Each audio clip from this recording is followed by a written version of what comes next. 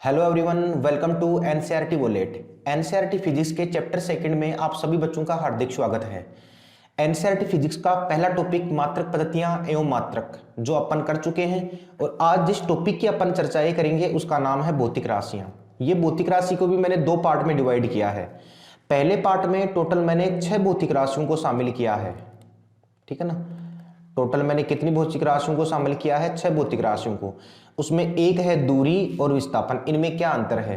तीसरी है चाल और वेग, और अगला है द्रव्यमान और भार। तो दूरी, विस्थापन, चाल, वेग, द्रव्यमान और भार, टोटल कितनी भौतिक राशियों की आज अपन बात करेंगे? 6 भौतिक राशियों की आज अपन बात करेंगे कि दूरी और विस्थापन से संबंधित क्या क्या एग्जामिनर क्वेश्चन बना सकता है, चाल और वेग से संबंधित वो कैसी कैसी अवधारणाएं दे सकता है, प्लस द्रव्यमान और भार से संबंधित वो क्या क्या अवधारणाएं अपने को दे सकता है।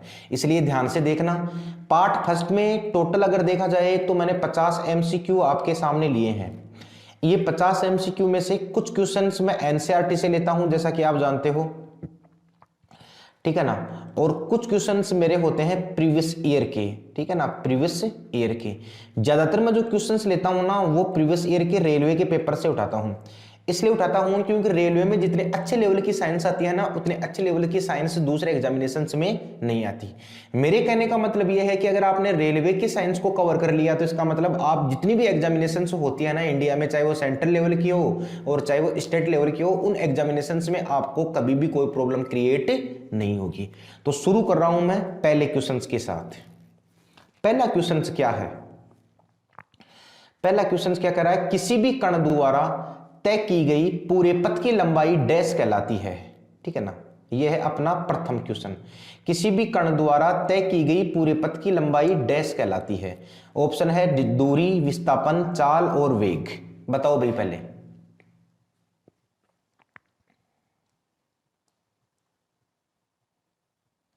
सारे बच्चों का सही जवाब है पूरे पथ की लंबाई क्या कहलाती है? दूरी कहलाती है, डिस्टेंस कहलाती है। और इसका जो मात्रक है ना, वो मात्रक क्या होता है? मीटर होता है। इसे अपन किसे दर्शाते हैं? एम से दर्शाते हैं। अगर आपसे कभी भी क्वेश्चन पूछे, दो चीजों में परेशान करता है आपको। अगर आपको ऐसे पूछे कि किसी भी कण द्वारा तय की गई पूरे पथ की लंबाई, ठीक है, तो फिर आपका ऑप्शन क्या होगा? दूरी होगा। और अगर ये पूछे कि प्रारंभिक बिंदु से अंतिम बिंदु के बीच में जो न्यूनतम दूरी होती है, ये न्यूनतम दूरी क्या कहलाती है? तो न्यूनतम दूरी कहलाती है विस्थापन। तो थोड़े से क्वेश्चन अपने पास हैं दूरी और विस्थापन के, और दोनों का ही ऐसा ही मात्रक या दोनों का ही मापन किस में किया जाता है? मीटर में किया जाता है। जैसे मैं आपको बताऊं, ये ए पॉइंट है, ठीक है, और ये वाला बी पॉइंट है। इस प्रकार से भी एक रास्ता है ए से बी तक जाने का। तो ये जो ऊपर वाला रास्ता है ना, ये पूरे पथ की लंबाई है। ये तो क्या कहलाएगा? दूरी कहलाएगा। और ये जो है ना न्यूनतम अनुपात, यही न्यूनतम अनुपात क्या कहलाता है इनका? सॉरी, न्यूनतम दूरी क्या कहलाती है? विस्थापन कहलाती है। चले आगे। दूसरा क्वेश्चन देखो। किसी भी वस्तु की प्रारंभिक व अंतिम स्थितियों के मध्य न्यूनतम दूरी डैश कहलाती है। न्यूनतम दूरी की बात की है, फटाफट कमेंट करके बता दो। किसी भी वस्तु की प्रारंभिक व अंतिम स्थितियों के मध्य न्यूनतम दूरी डैश कहलाती है। डिस्टेंस, डिस्प्लेसमेंट, स्पीड और वेलोसिटी। शाबाश, सभी बच्चों ने सही दिया है। क्या कहलाता है? विस्थापन कहलाता है। और दूरी हो और चाहे विस्थापन हो, इन दोनों का मैं फिर बता रहा हूं, दोनों का ऐसा ही मात्रक केवल और केवल क्या होता है? मीटर होता है। दोनों क्वेश्चन से सारे बच्चों के सही हैं। चलते हैं तीसरे क्वेश्चन की ओर। तीसरा क्वेश्चन अपने को क्या कह रहा है? निम्न में से कौन सा कथन सही नहीं है? ठीक है, दूरी एक अदिश राशि है, विस्थापन एक सदिश राशि है। दूरी और विस्थापन दोनों सदैव धनात्मक ही होते हैं। विस्थापन शून्य भी हो सकता है। एक बार आप दिमाग लगाओ, फिर मैं इसकी कंसेप्ट तक आपको ले जाता हूं।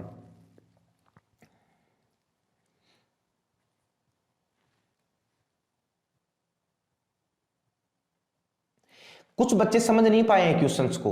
कौन सा कथन सही नहीं है ये पूछ रहा है। तो मुझे बताओ, दूरी एक अदिश राशि है, बिल्कुल सही है। विस्थापन एक सदिश राशि है, बिल्कुल सही है। दूरी और विस्थापन दोनों सदैव धनात्मक ही होते हैं, ये कथन इसका गलत है। विस्थापन शून्य भी हो सकता है, बिल्कुल सर हो सकता है। तो इसका आंसर क्या आ जाएगा? सी इसका आंसर आ जाएगा। कभी भी ध्यान रखना आप लोग कि जो दूरी है ना, दूरी, ये दूरी सदैव धनात्मक ही होगी। बोलो भाई, दूरी सदैव क्या होगी? धनात्मक ही होगी। लेकिन जो विस्थापन आपका आता है, विस्थापन जिसे अपन डिस्प्लेसमेंट बोलते हैं, ये विस्थापन अपना धनात्मक भी हो सकता है, ये विस्थापन अपना ऋणात्मक भी हो सकता है, धनात्मक भी हो सकता है, ऋणात्मक भी हो सकता है, और ये विस्थापन मेरे दोस्तों शून्य भी हो सकता है।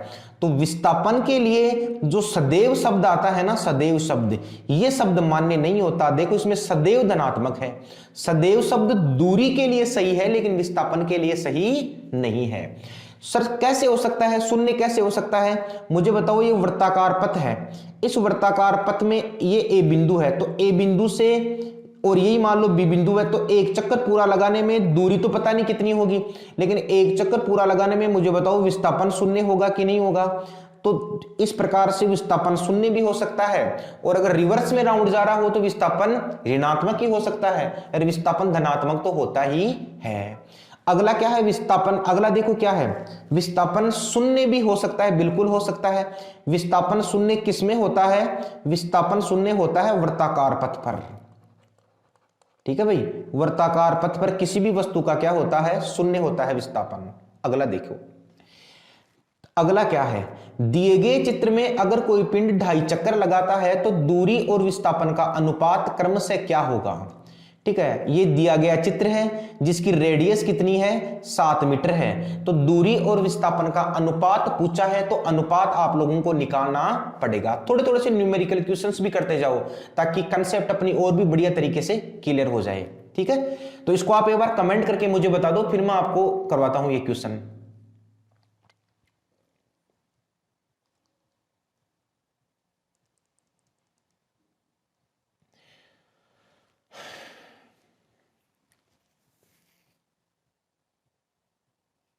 सही बता रहे हैं, कुछ बच्चों का सही है। देखो इधर ध्यान देना, यहां पर 2 कंसेप्ट निकल कर आती है। क्या कंसेप्ट निकल कर आती है? एक चक्कर पूरा करने में, इस चीज को ध्यान रखना आप, एक चक्कर पूरा करने में। ठीक है भाई, एक चक्कर क्या करने में? पूरा करने में। एक चक्कर पूरा करने में दूरी होता है 2πr, और एक चक्कर पूरा करने में अगर अपन विस्थापन की बात करें तो विस्थापन होता है 0। ये तो होती है बात किसकी? एक चक्कर की। और अगर आपको दूसरी बात करें आधा चक्कर पूरा करने में, दोनों बातों को ध्यान से समझना आप, आधा चक्कर क्या करने में? पूरा करने में। तो जब आधे चक्कर की बात करें ना, तो आधे चक्कर में दूरी तो हो जाती है πr, और आधे चक्कर में विस्थापन क्या हो जाता है? तो आधे चक्कर में विस्थापन हो जाता है 2r। क्या हो जाता है भाई? 2r। एक चक्कर पूरा करने में दूरी कितनी है? 2πr है। तो कितने चक्कर पूरा कर रहा है ये? 2.5 चक्कर पूरा कर रहा है। तो सबसे पहले अपन एक चक्कर की दूरी निकालते हैं। ठीक है, एक चक्कर की अपन क्या निकालते हैं? दूरी निकालते हैं। तो एक चक्कर की दूरी का क्या सूत्र है? 2πr। तो 2 गुना 22/7 गुना r कितनी है? 7 है। 7 से 7 गया तो एक चक्कर पूरा करने में दूरी कितनी आई है? 40 मीटर आई है। ठीक है, लगा रहा कितने है ये? 2.5 चक्कर है।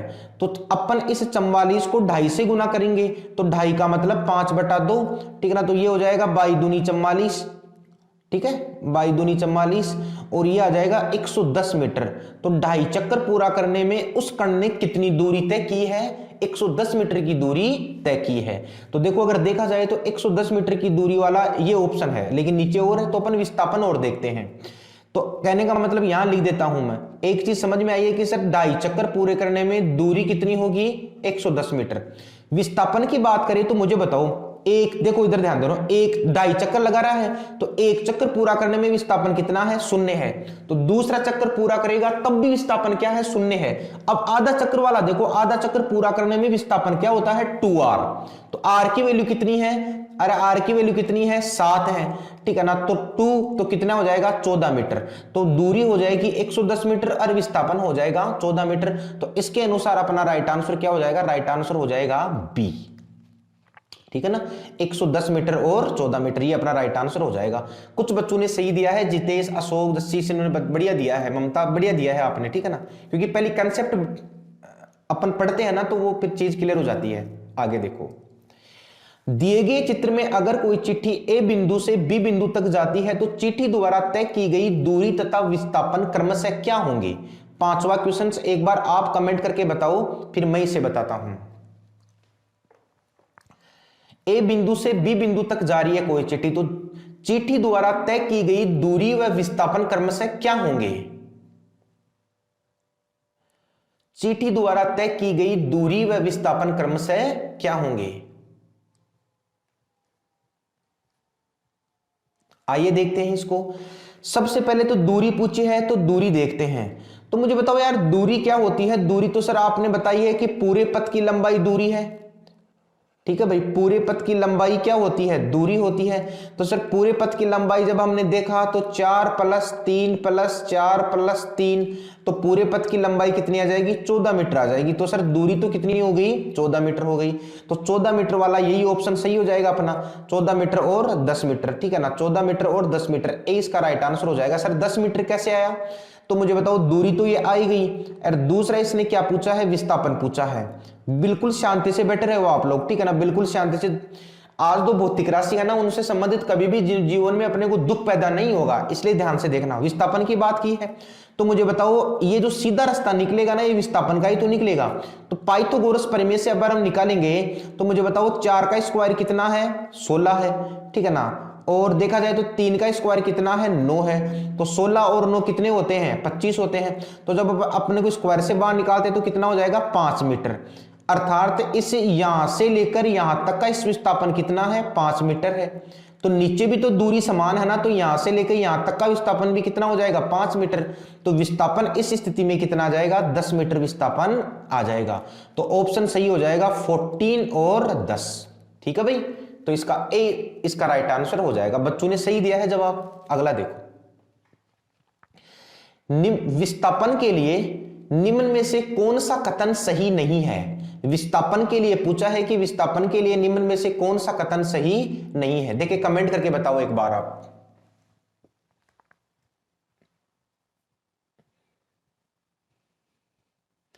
विस्थापन के लिए कौन सा कथन सही नहीं है। Very very important question, very very important question. छठवें का सही आंसर बताओ, ध्यान देना इधर। कौन सा कथन सही नहीं है।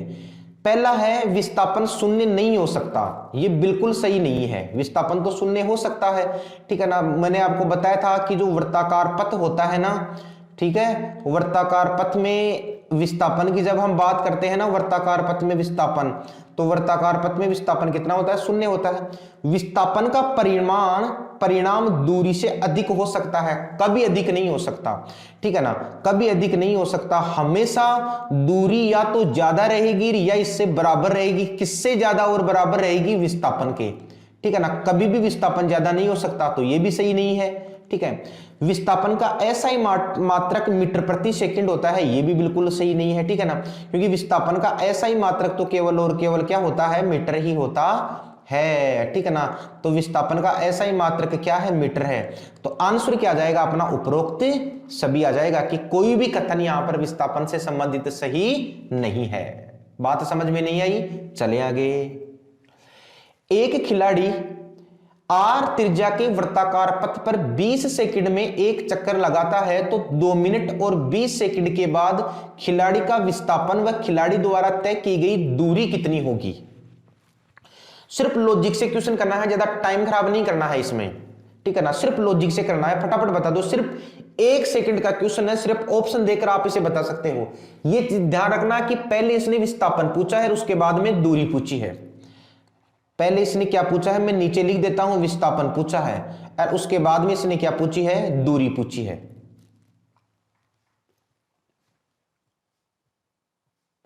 बिल्कुल सही है। मुझे तो इतना बताओ, आर त्रिज्या के वृत्ताकार पथ पर 20 सेकंड में एक चक्कर लगा रहा है, बस ये पकड़ में आ गया।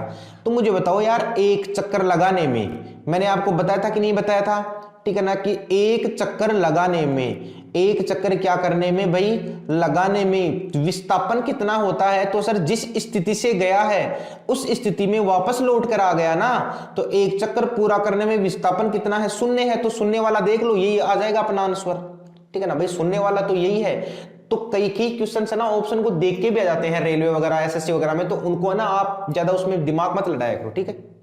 अगला देखो, ये क्वेश्चन क्या है भाई, 8वें नंबर का। 8वें नंबर का क्या है, निम्न में से कौन दूरी और विस्थापन का सही संबंध नहीं है। ये दोनों के दोनों क्वेश्चन का आप स्क्रीनशॉट लेना, दोनों के दोनों क्वेश्चन इंपॉर्टेंट है। अगर ये आपके समझ में आ गए तो इसका मतलब दूरी और विस्थापन की कंसेप्ट आपके समझ में आ गई। निम्न में से कौन दूरी और विस्थापन का सही संबंध नहीं है, निम्न में से कौन दूरी और विस्थापन का सही संबंध नहीं है। 8वें का कमेंट करके बताओ।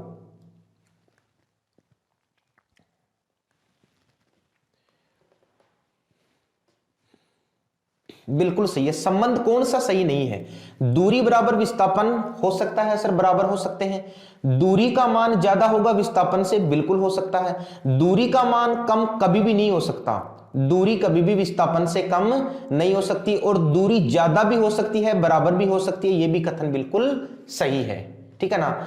मेरे कहने का मतलब यही है, ये इंपॉर्टेंट लाइन यही है कि जो दूरी है ना, दूरी, ये दूरी सदैव विस्थापन से अधिक रहती है। दूरी सदैव विस्थापन से क्या होती है, अधिक होती है। दूरी सदैव विस्थापन से अधिक होती है, इसको दिमाग में बैठा लेना आप। दूरी या तो विस्थापन के बराबर होगी या विस्थापन से ज्यादा होगी, दूरी कभी भी विस्थापन से कम नहीं हो सकती। देखिए इसको भी आप लोग बताओ, दूरी और विस्थापन का अनुपात क्या होगा, दूरी और विस्थापन का अनुपात क्या होगा, इसको बताओ आप। देखिए एक बार बताओ बताओ बताओ इसका आंसर फटाफट।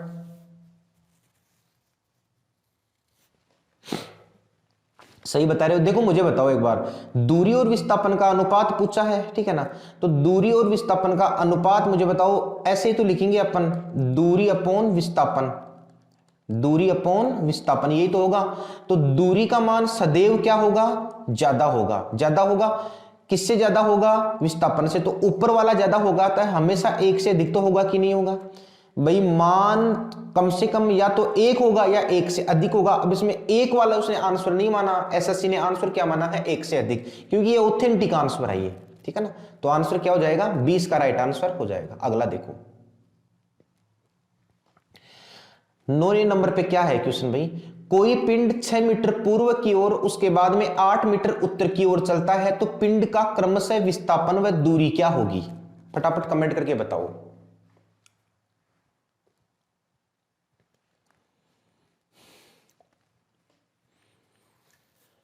6 मीटर पूर्व उत्तर, उसके बाद में 8 मीटर पूर्व, सॉरी 6 मीटर पूर्व में और उसके बाद में 8 मीटर उत्तर की ओर चलता है, तो पिंड का क्रमशः दूरी और विस्थापन क्या होगा। पेन और कॉपी लेके बैठा करो, ऐसे न्यूमेरिकल इक्वेशन कैसे करोगे आप, ऐसे बैठ गए रजाई में।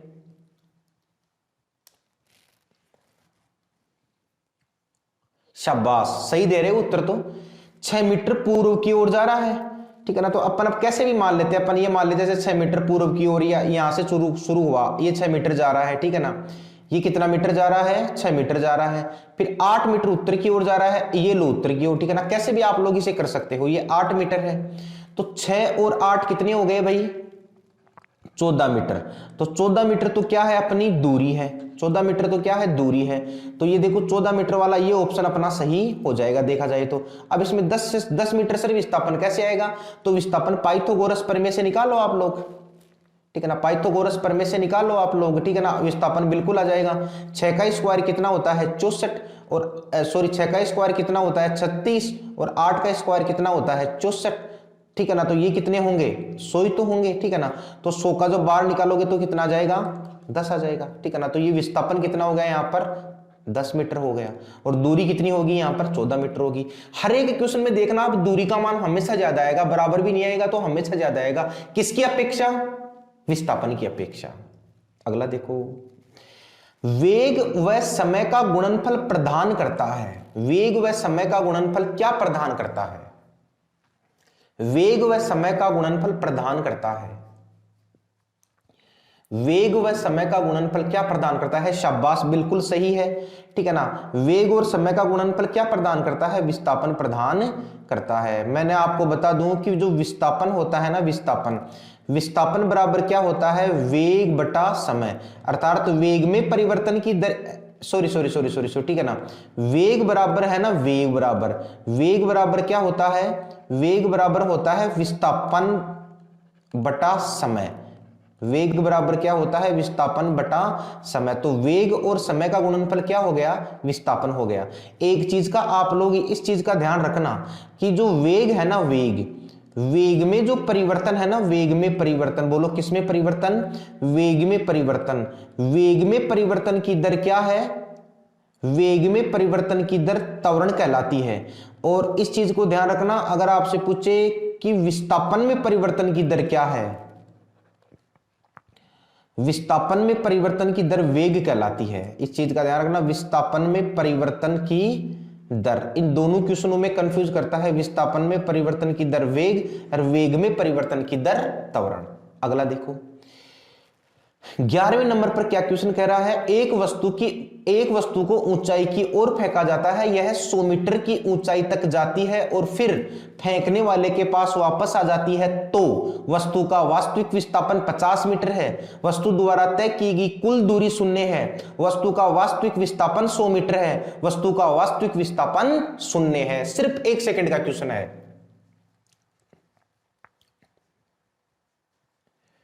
11वें में सही बता रहे हैं सारे बच्चे, कोई दिक्कत नहीं है भाई। ऊपर की ओर फेंका जाता है, ये कोई वस्तु है, कितने मीटर ऊपर की ओर फेंका जा रहा है? 100 मीटर की ऊपर की ओर फेंका जा रहा है, तो यह वापस इसके पास आ जाती है, तो विस्थापन 0 होगी। दूरी तो 100 मीटर होगी, लेकिन 200 मीटर होगी, सॉरी, दूरी तो, ठीक है ना, लेकिन विस्थापन कितना है? 0 है। तो वस्तु का विस्थापन 50 मीटर है क्या? नहीं है। वस्तु द्वारा तय की गई दूरी 0 है क्या? नहीं है। वस्तु द्वारा वास्तविक विस्थापन 100 मीटर है क्या? नहीं है। वस्तु का वास्तविक विस्थापन 0 है क्या? बिल्कुल 0 है। तो इसका राइट आंसर क्या हो जाएगा? डी इसका राइट आंसर हो जाएगा, ठीक है। यदि वस्तु द्वारा तय की गई दूरी 0 है तो वस्तु का विस्थापन कितना होगा? अगर दूरी 0 है तो बताओ विस्थापन कितना होगा? वस्तु द्वारा तय की गई दूरी 0 है तो विस्थापन कितना होगा? ऋणात्मक होगा, 0 होगा, धनात्मक होगा, या 0 भी हो सकता है, नहीं भी। भाई जब दूरी 0 है तो विस्थापन भी क्या होगा? 0 ही होगा। कोई सोचने वाली बात ही नहीं है, क्योंकि जब दूरी नहीं है तो विस्थापन भी नहीं होगा। अगर किसी वस्तु को 10 मीटर की ऊंचाई पर फेंका जाता है, वह पुनः अपनी मूल अवस्था में आ जाती है, तो वस्तु का विस्थापन कितना होगा? फटाफट बता दो भाई। तेरे वे का फटाफट बता दो। शाबाश, वेरी गुड। इसका मतलब अब समझ में आ गया। 10 मीटर की ऊंचाई पर फेंका जा रहा है तो पुनः अपनी मूल अवस्था में यार वापस आ रही है, तो मूल अवस्था में वापस आ रही है, तो मुझे तो नहीं मालूम सर, वापस उसी स्थान पर अगर आ रही है तो विस्थापन केवल और केवल क्या होगा? 0 होगा। तो आंसर क्या हो जाएगा? सी हो जाएगा। अच्छा, अगर किसी वस्तु की 10 मीटर ऊंचाई पर फेंका जाता है, इस स्थिति में अगर ये दूरी पूछता ना, दूरी, ठीक है ना, तो इस स्थिति में दूरी कितना हो जाती? 20 मीटर हो जाती, 10 जाने की, 10 आने की। अगला देखो भाई, किसी 150 मीटर परिधि वाले एक वर्ताकार पथ पर एक चक्कर लगाता है एक पिंड, ठीक है ना, जिसकी त्रिज्या 24 मीटर है, तो दूरी और विस्थापन क्रमशः क्या होंगे? देखते हैं अपन। 150 मीटर की परिधि वाले एक वर्ताकार पथ पर एक चक्कर लगाया जा रहा है, बिल्कुल सही है, जिसकी त्रिज्या कितनी है? 24 मीटर है, तो दूरी और विस्थापन क्या होंगे? मुझे तो यार एक चीज बताओ, एक वर्ताकार पथ पर कितने चक्कर लगा रहा है? एक चक्कर लगा रहा है, तो एक चक्कर लगा रहा है, तो सर विस्थापन का मान तो 100 में से 100% क्या होगा? विस्थापन का मान तो क्या होगा? 0 होगा। तो देख लो, दूसरे पे 0 एक ही जगह पर है, ठीक है ना। अच्छा, दूरी और विस्थापन क्रमशः क्या होंगे? तो दूरी, विस्थापन क्या होगा? 0 मीटर होगा। तो आंसर क्या हो जाएगा? यही हो जाएगा। और जब 150 मीटर परिधि दे रखी है तो दूरी तो वही तो होगी उसकी, 150 मीटर ही तो, ठीक है। एक निश्चित दिशा में बढ़ रही वस्तु की गति को वैज्ञानिक रूप से डैश कहते हैं, बताओ भाई कमेंट करके। किसी निश्चित दिशा में बढ़ रही वस्तु की वैज्ञानिक गति को डैश कहते हैं? वेग कहते हैं, विस्थापन कहते हैं, गति कहते हैं, चाल कहते हैं? बोलो। एक चीज का आप ध्यान रखना, एक निश्चित दिशा में बढ़ रही है ना, तो दिशा दे रखी है, तो दिशा दे रखी है तो सर कोई ना कोई कौन सी राशि होगी, सदिश राशि होगी।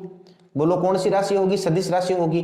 तो निश्चित दिशा में बढ़ रही वस्तु की गति को हम क्या कहते हैं, चाल कहते हैं। बोलो क्या कहते हैं भाई, चाल कहते हैं। किसी वस्तु या कण द्वारा एकांक समय में तय की गई दूरी क्या कहलाती है, एकांक समय में तय की गई दूरी क्या कहलाती है, बताओ भाई दूरी क्या कहलाती है।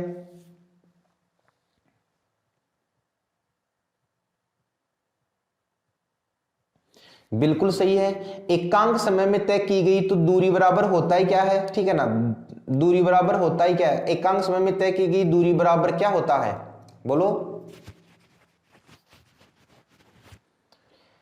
एकांक समय में तय की गई दूरी क्या कहलाती है, चाल कहलाती है। ठीक है, एक चीज का ध्यान रखना आप, एकांक समय में तय की गई, जैसे दूरी है ना, दूरी, ये दूरी एक अदिश राशि है, तो इसी प्रकार से चाल भी कौन सी राशि हो जाएगी, अदिश राशि हो जाएगी। ठीक है, मतलब मेरे कहने का मतलब दूरी, मतलब चाल दूरी से निकल कर आई है और वेग है ना, ये विस्थापन से निकल कर आया है। किसी वस्तु या कण द्वारा एकांक समय में तय किया गया विस्थापन क्या कहलाता है, एकांक समय में तय किया गया विस्थापन क्या कहलाता है, वेग कहलाता है। ठीक है ना, क्योंकि वेग बराबर क्या होता है, वेग बराबर होता है विस्थापन बटा समय। ठीक है, तो ये तो हो गया वेग। और अगर आपसे पूछे कि चाल क्या कहलाती है, तो चाल आपको मालूम है क्या हो जाता है, दूरी बटा समय।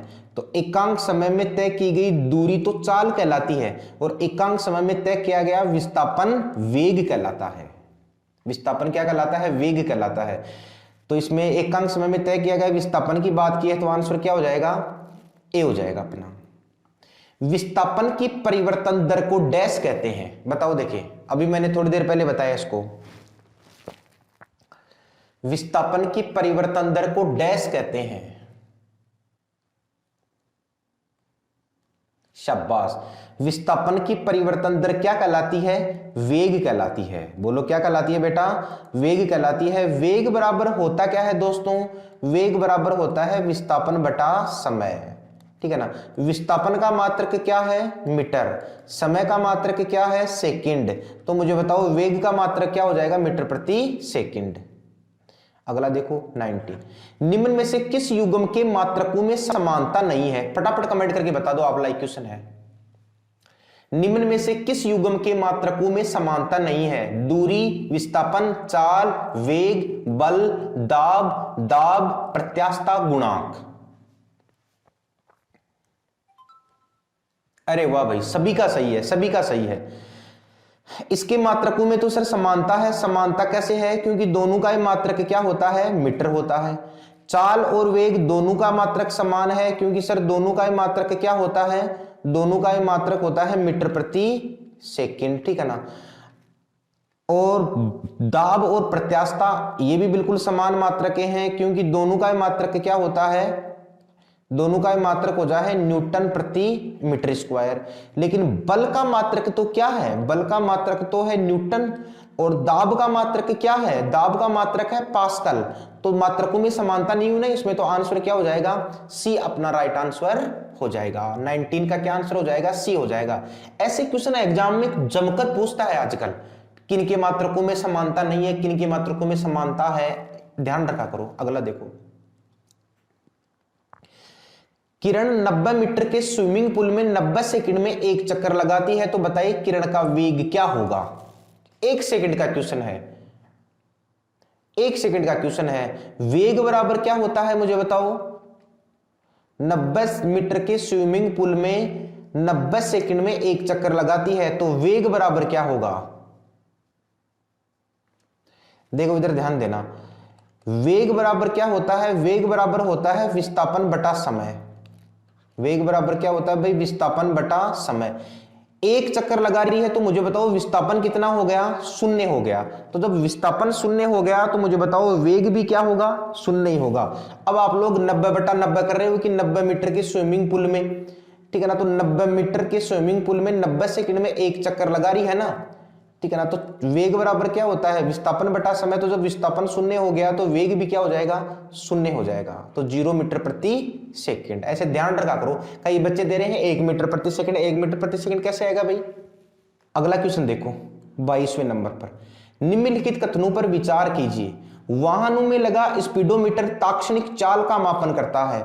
वाहनों में लगा ओडोमीटर दूरी का मापन करता है। वाहनों में लगा टेकोमीटर ताक्षणिक चाल को आरपीएम में मापता है। कौन से कथन सही हैं, बताओ। देखें एक बार आप लोग कमेंट करके 22 को कमेंट करके बताओ, 22 को कमेंट करके बताओ।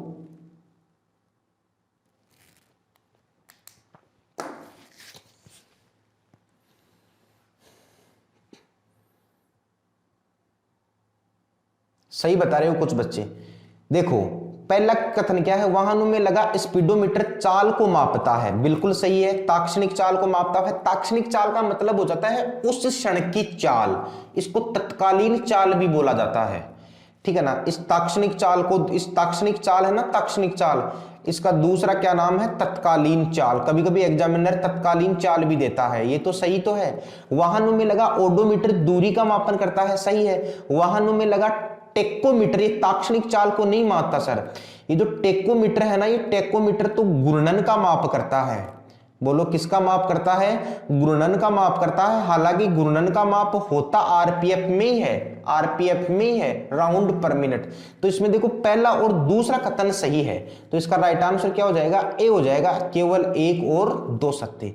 एक चीज का ध्यान रखना आप लोग, वाहनों में जो है ना, वाहनों में, इन वाहनों में 3 मीटर लगे होते हैं। बोलो कितने मीटर, 3 मीटर लगे होते हैं।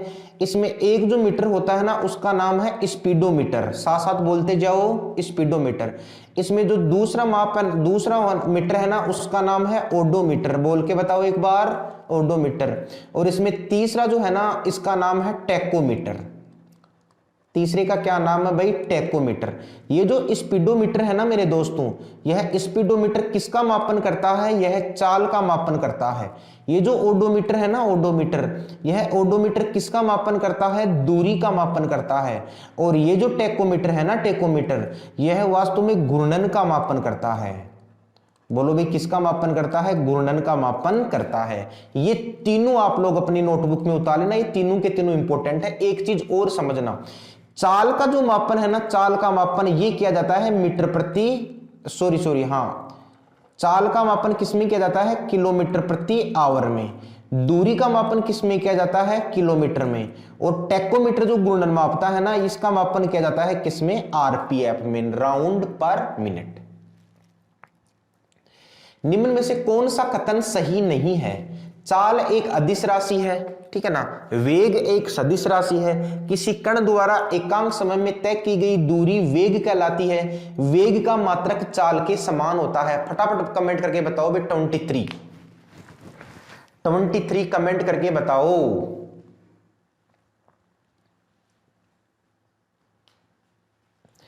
देखो चाल एक अदिश राशि है, सही है क्या, बिल्कुल सही है। वेग एक सदिश राशि है, बिल्कुल सही है।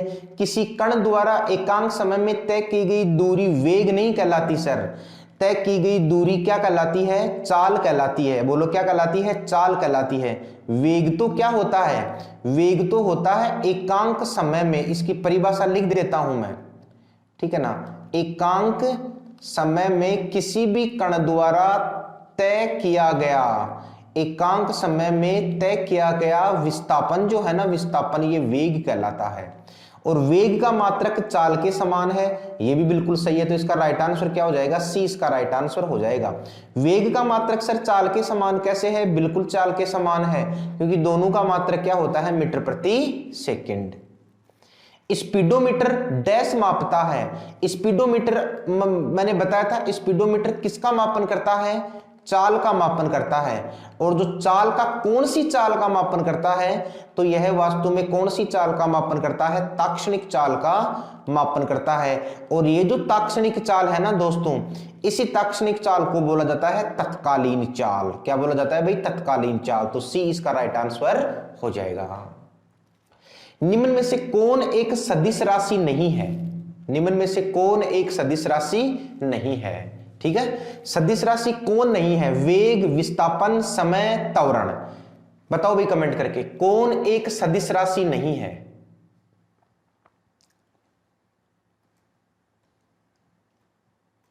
सही बता रहे हैं बच्चे। कौन सदिश राशि नहीं है? समय। समय सदिश राशि नहीं है। समय एक प्रकार की कौन सी राशि है? अदिश राशि है। सर अदिश राशि कैसे हुई? भाई मैंने किसी से पूछा भैया कितने बज गए, अगले ने कहा 10 बज गए, तुम अगले को दिशा बताने की आवश्यकता है क्या? नहीं है। मुझे दिशा पहुंचने की आवश्यकता है क्या? नहीं है। तो जिसमें दिशा नहीं होती वो कौन सी राशि होती है? अदिश राशि होती है। किसी वस्तु में पदार्थ की मात्रा को कहते हैं, बताओ देखिए भाई, किसी वस्तु में पदार्थ की मात्रा को क्या कहते हैं? किसी वस्तु में पदार्थ की मात्रा को क्या कहते हैं? नहीं, अब देखो जो क्वेश्चन आए हैं ना, अब क्वेश्चन आए हैं द्रव्यमान और भार से संबंधित प्रश्न, इसलिए दिमाग में फिट रखो द्रव्यमान और भार। तो पदार्थ की मात्रा क्या कहलाती है? द्रव्यमान कहलाती है। क्या कहलाती है? द्रव्यमान कहलाती है। फिजिक्स में, केमिस्ट्री में भी क्वेश्चन पूछा जाता है कि द्रव्यमान किसका मापक है? तो द्रव्यमान ध्यान रखना पदार्थ का मापक है। बोलो भी, द्रव्यमान किसका मापक है? पदार्थ का मापक है। निम्न 27वां देखो, निम्न में से कौन का कथन द्रव्यमान के दृष्टिकोण से उचित नहीं है? द्रव्यमान के दृष्टिकोण से उचित नहीं है।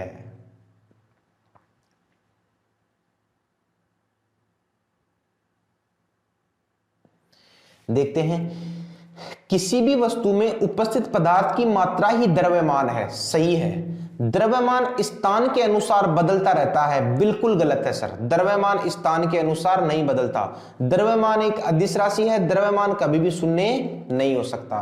द्रव्यमान स्थान के अनुसार नहीं बदलता साहब। स्थान के अनुसार कौन बदलता है? स्थान के अनुसार तो भार बदलता है। भार स्थान के अनुसार क्यों बदलता है?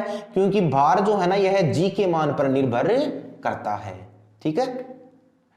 28 देखो भी क्या कहना चाह रहा है 28 को, किसी भी वस्तु पर पृथ्वी का आकर्षण बल उस वस्तु का डैश कहलाता है। किसी भी वस्तु पर पृथ्वी का आकर्षण बल उस वस्तु का क्या कहलाता है? डैश कहलाता है। बताओ क्या कहलाता है? आयतन कहलाता है। पहला ऑप्शन है आयतन, दूसरा ऑप्शन है घनत्व, तीसरा ऑप्शन है भार, चौथा ऑप्शन है द्रव्यमान। शाबाश, सही बता रहे हो। आकर्षण बल की बात कर रहा है ना, तो पृथ्वी के आकर्षण बल को किससे नापा जाता है? गुरुत्वीय त्वरण से नापा जाता है। पृथ्वी के आकर्षण बल को किससे नापा जाता है? गुरुत्वीय त्वरण, जिसका प्रतीक क्या होता है? जी, और जी का संबंध केवल और केवल किससे है? भार से है। तो पर इसका राइट आंसर क्या हो जाएगा? सी इसका राइट आंसर हो जाएगा। भार को डैश से निर्दिष्ट करते हैं। भार को किससे निर्दिष्ट करते हैं? W से निर्दिष्ट करते हैं। और भार जो है ना, भार होता क्या है? भार बराबर होता है द्रव्यमान गुना गुरुत्वीय त्वरण। ये भार का सूत्र याद रखना। कई बार एग्जाम में क्वेश्चन पूछता है कि द्रव्यमान और गुरुत्वीय त्वरण का गुणनफल क्या कहलाता है? भार कहलाता है। और इसी को लिखा जाता है W बराबर M गुणा G। तो मुझे बताओ, ये जो W है ना, यह किस पर निर्भर है? यह G पर निर्भर है। निम्नलिखित कथनों पर विचार कीजिए। अच्छा क्वेश्चन है ये, इंपोर्टेंट लगा लेना इसको, बिल्कुल इंपोर्टेंट लगा लेना। भार एक बल है जिससे पृथ्वी किसी वस्तु को अपनी ओर आकर्षित करती है। भार की अंतरराष्ट्रीय इकाई न्यूटन मीटर होती है और भार गुरुत्वीय त्वरण पर निर्भर करता है।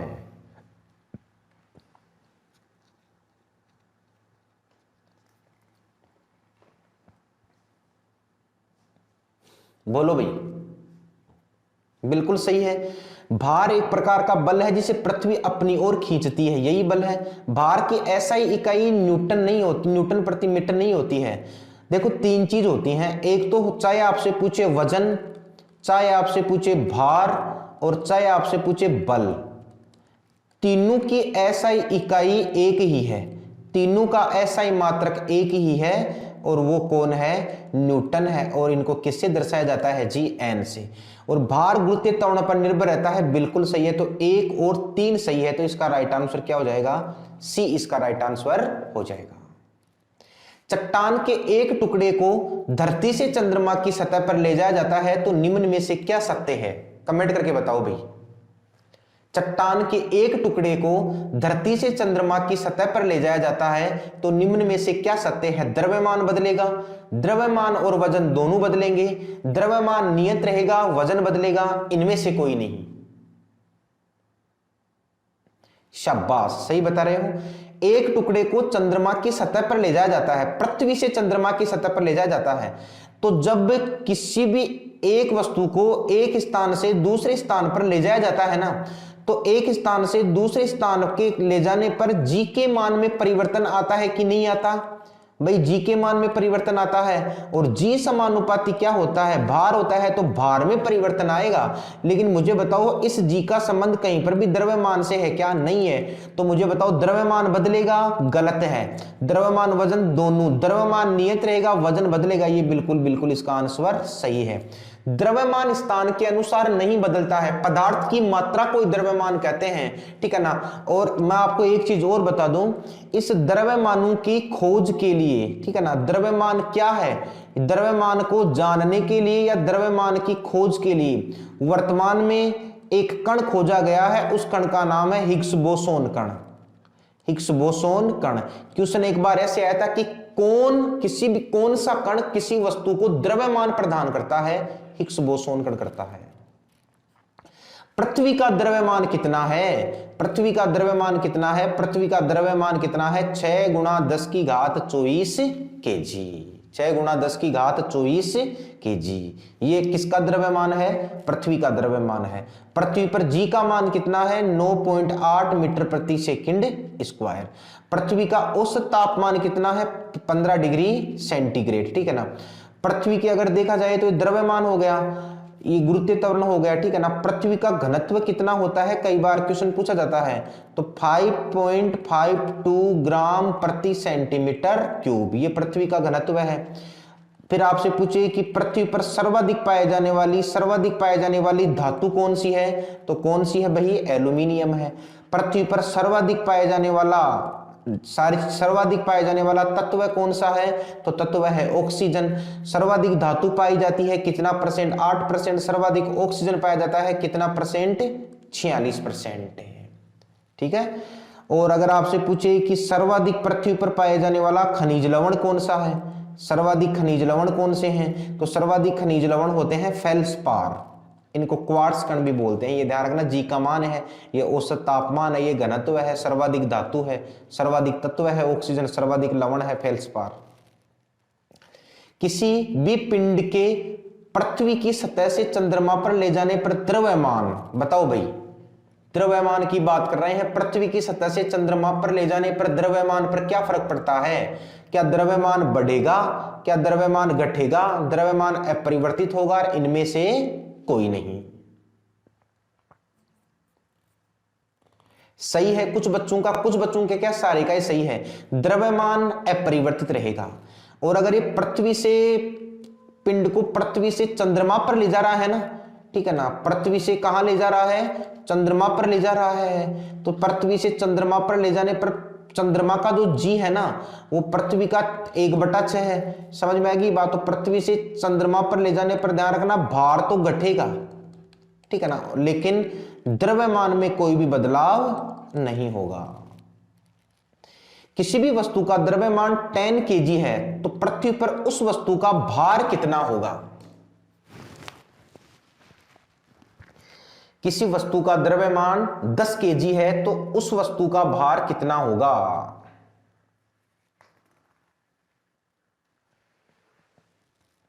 देखो इधर ध्यान देना, भार की बात कर रहा है तो भार बराबर क्या होता है? W बराबर mg, ठीक है ना। तो इसमें बताओ m कितना है? 10 है, और ये कितना है? 9.8 है, तो ये हो जाएगा 98 न्यूटन, क्योंकि भार का ऐसा ही मात्रक क्या होता है? न्यूटन। तो ये आ जाएगा 20 का राइट आंसर आ जाएगा। बात समझ में नहीं है क्या? 20 का राइट आंसर आ जाएगा। 35, किसी वस्तु का भार पृथ्वी पर 10 न्यूटन है तो इसका भार चंद्रमा पर मापने पर कितना आएगा? ठीक है ना, यहां पर 10 न्यूटन है तो वहां पर नापेंगे तो कितना आएगा?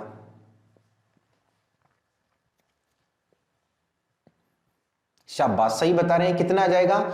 1.6 न्यूटन, क्योंकि जो चंद्रमा है ना, चंद्रमा, ठीक है, चंद्रमा पर जो जी है ना, जी, चंद्रमा पर जी होता है पृथ्वी का 1/6।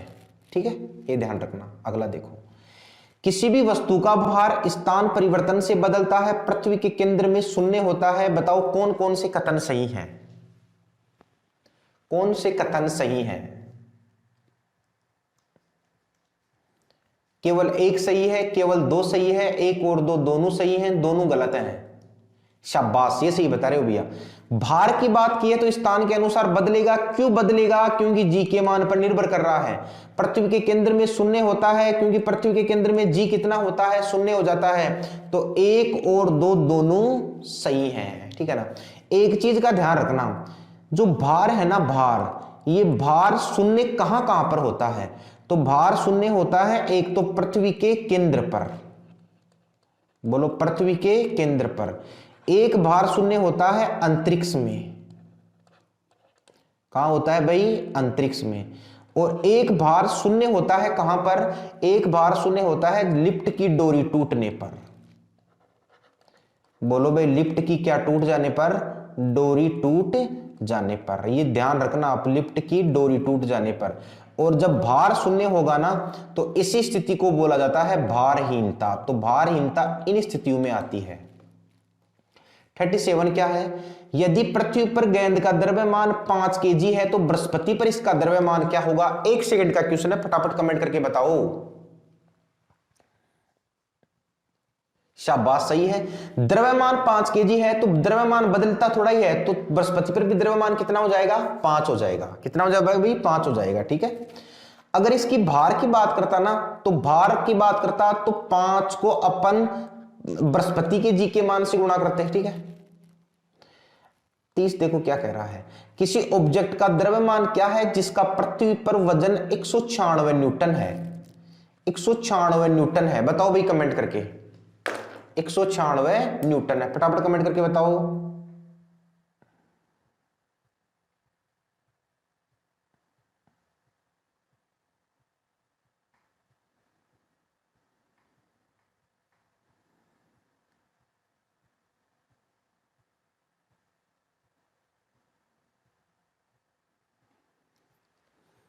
शाबाश, सही बता रहे हो कुछ बच्चे। देखो इधर ध्यान दो, पृथ्वी का वजन, पृथ्वी पर वजन इतना है तो द्रव्यमान पूछा है, तो मुझे बताओ W बराबर क्या होता है? mg होता है। ठीक है, mg होता है W बराबर। तो अब इसमें द्रव्यमान पूछ रहा है तो m बराबर क्या होता है? W अपॉन जी। m कितना, W कितना है? 196। g का मान कितना है? 9.8। तो करने पर ये लगभग लगभग कितना kg आता है? 20 kg आ जाएगा। तो इसका राइट आंसर क्या हो जाएगा? ए इसका राइट आंसर हो जाएगा। निम्नलिखित कथनों में कौन सा कथन सही नहीं है? किसी भी पिंड का भार भिन्न भिन्न ग्रहों पर भिन्न भिन्न होता है। किसी भी पिंड का द्रव्यमान पृथ्वी पर, चंद्रमा पर, रिक्त स्थानों पर भिन्न भिन्न होता है। किसी भी पिंड की भारहीनता की स्थिति उस पर लगने वाले गुरुत्वीय बल के प्रति संतुलित होने पर होती है। बताओ भाई कौन सा कथन सही नहीं है? 39 इंपोर्टेंट लगा लेना, इसका स्क्रीनशॉट ले लेना, बढ़िया क्वेश्चन है ये। निम्नलिखित कथनों में से कौन सा कथन सही नहीं है? पीडीएफ जिनको चाहिए वो डिस्क्रिप्शन पे लिंक पर क्लिक करके हमारी एप्लीकेशन से जाके वहां पर खरीद सकते हैं। ध्यान देना, किसी भी पिंड का भार भिन्न भिन्न जगहों पर भिन्न भिन्न होता है, बिल्कुल सही है सर। क्योंकि किसकी बात कर रहा है? भार की बात कर रहा है। भार बदलता है क्योंकि जी का मान भी बदलता है। कि भिन्न भिन्न बिल्कुल नहीं होता सर, ये कथन गलत है। इसका राइट आंसर बी हो जाएगा। द्रव्यमान सभी जगहों पर समान होता है। किसी भी पिंड की भारहीनता की स्थिति उस पर लगने वाले गुरुत्वीय बल के प्रति संतुलित होने पर आती है, बिल्कुल बात सही है। ठीक है ना। तो 20 का राइट आंसर हो जाएगा। कोई भी वस्तु अधिकतम भारशील हो जाती है। कोई भी वस्तु अधिकतम भारशील कब हो जाती है? वायु में, निर्वात में, जल में और हाइड्रोजन में।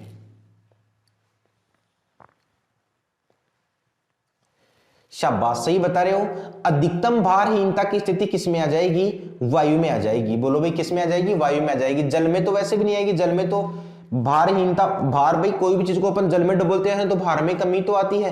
ठीक है ना। और हाइड्रोजन गैस है उसमें भी नहीं आती है। और निर्वात अगर हम बात करें तो निर्वात में तो बिल्कुल ही कम होता है भार। एक वस्तु का भार 6000 न्यूटन है, तो चांद की सतह पर उसका भार क्या होगा?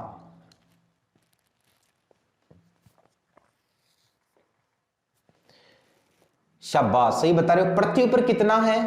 6000 है, ठीक है ना, 6000 न्यूटन है। तो वहां पर तो 6 ही तो होता है, बटा 6 ही तो होगा, तो वहां पर कितना न्यूटन होगा? 1000 न्यूटन होगा। तो ए इसका राइट आंसर हो जाएगा। 42 देखो भाई क्या कह रहा है। चंद्रमा पर किसी वस्तु का भार पृथ्वी पर इसके भार का कितना होता है, कितना गुना होता है?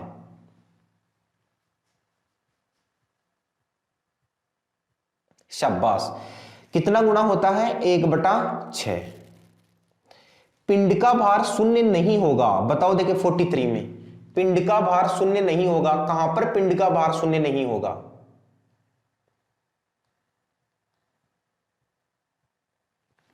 पृथ्वी के केंद्र पर स्वतंत्र गिरने के दौरान अंतरिक्षग्राही यात्रा पर किसी घर्षणहीन सतह पर। अच्छा क्वेश्चन है, इंपोर्टेंट लगा लेना इसे, बहुत बढ़िया क्वेश्चन है।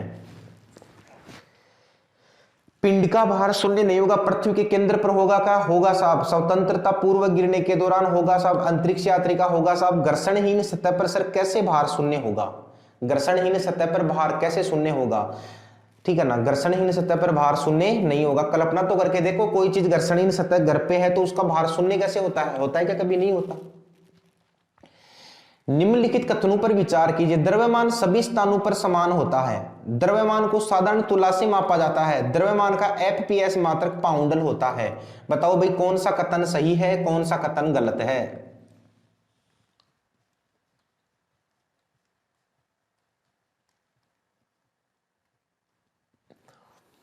नहीं, गलत बता रहे हो भैया। द्रव्यमान सभी स्थानों पर समान है, सही है। द्रव्यमान को साधारण तुला से मापा जाता है। इसको गलत क्यों मान रहे हो? साधारण तुला से ही तो मापा जाता है, केजी में, ठीक है ना। तो अपन किलोग्राम में जो अपन चीनी लाते हैं तो भैया 10 किलो है, तो द्रव्यमान ही तो है, ठीक है ना। और द्रव्यमान का एफपीएस में पाउंडल होता है, बिल्कुल सही है भाई। एफ का मतलब क्या है? एफपीएस। तो एफ का मतलब क्या होता है? फुट। पी का मतलब क्या होता है? पाउंड। और एस का मतलब क्या होता है? सेकंड होता है। फुट में किसका मापन किया जाता है? लंबाई का मापन किया जाता है। पाउंड में किसका मापन किया जाता है? द्रव्यमान का मापन किया जाता है। और सेकंड में किसका मापन किया जाता है? समय का मापन किया जाता है। तो द्रव्यमान को पाउंड में ही तो मापा जाता है। तो तीनों के तीनों ही सही हैं, गलत कैसे बता सकते हो आप? समझ में नहीं आई क्या बात? ठीक है ना। अगला देखो, एक व्यक्ति जिसका द्रव्यमान ध्रुव पर 10 केजी है, तो उस व्यक्ति का विषुवत-रेखा पर द्रव्यमान क्या होगा? बताओ भाई कमेंट करके, बढ़िया क्वेश्चन है। वस्तु का, किसी व्यक्ति का द्रव्यमान ध्रुव पर 10 केजी है, तो उस व्यक्ति का विषुवत-रेखा पर द्रव्यमान बढ़ेगा, घटेगा, अपरिवर्तित रहेगा? पहले बढ़ेगा बाद में घटेगा? नहीं सर, अपरिवर्तित रहेगा। क्योंकि बात किसकी कर रहा है? ये द्रव्यमान की बात कर रहा है। और द्रव्यमान है ना, कभी भी बदलता नहीं है, बदलता नहीं है, ठीक है ना।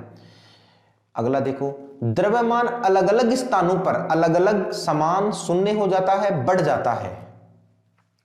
46 बताओ।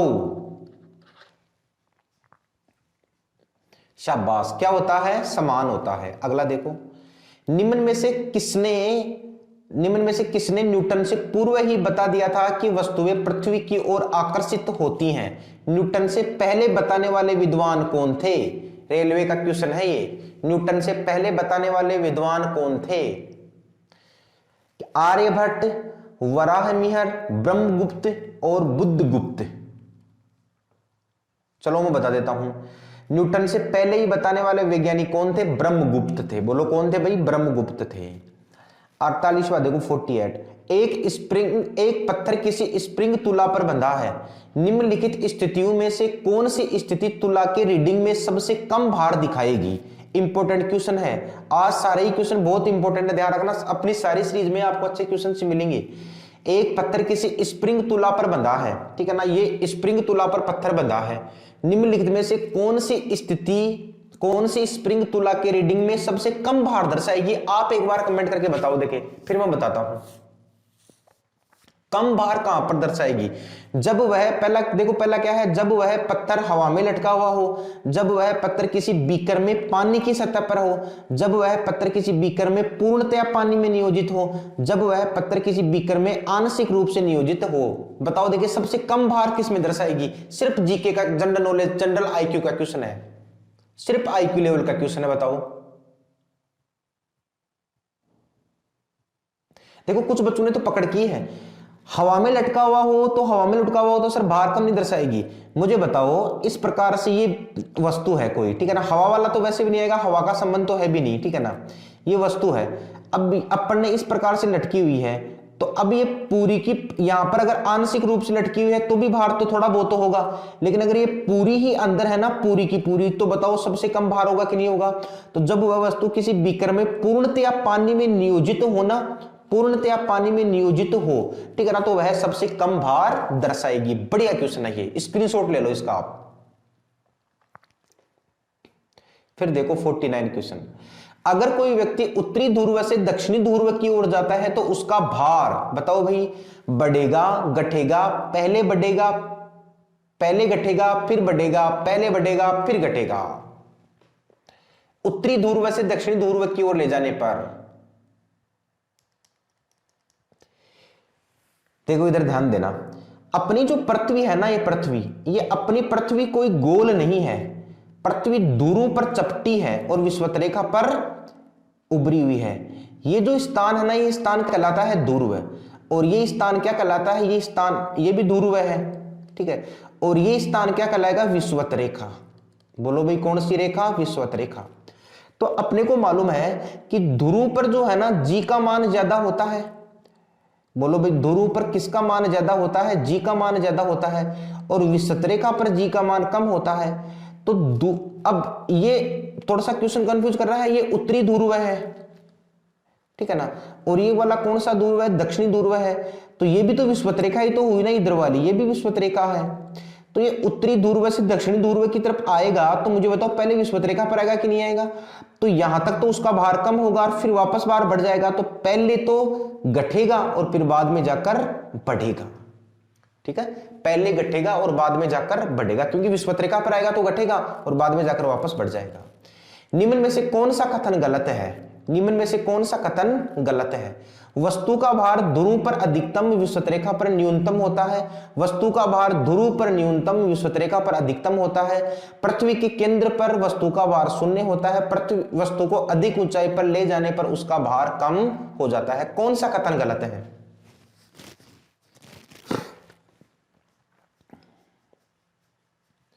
50वें में कौन सा कथन गलत है? 50। शाबाश, सही बता रहे हो। वस्तु का भार ध्रुव की ओर अधिकतम, विषुवत रेखा पर न्यूनतम होता है। बिल्कुल सही है, क्योंकि ध्रुव पर अधिकतम क्यों होगा? क्योंकि जी ज्यादा है। विषुवत रेखा पर कम क्यों होगा? क्योंकि जी कम है। वस्तु का भार ध्रुव पर न्यूनतम, विषुवत रेखा पर अधिकतम होता है। यही कथन गलत है सर, ध्रुव पर तो अधिकतम होता है। पृथ्वी के केंद्र पर वस्तु का भार शून्य होता है।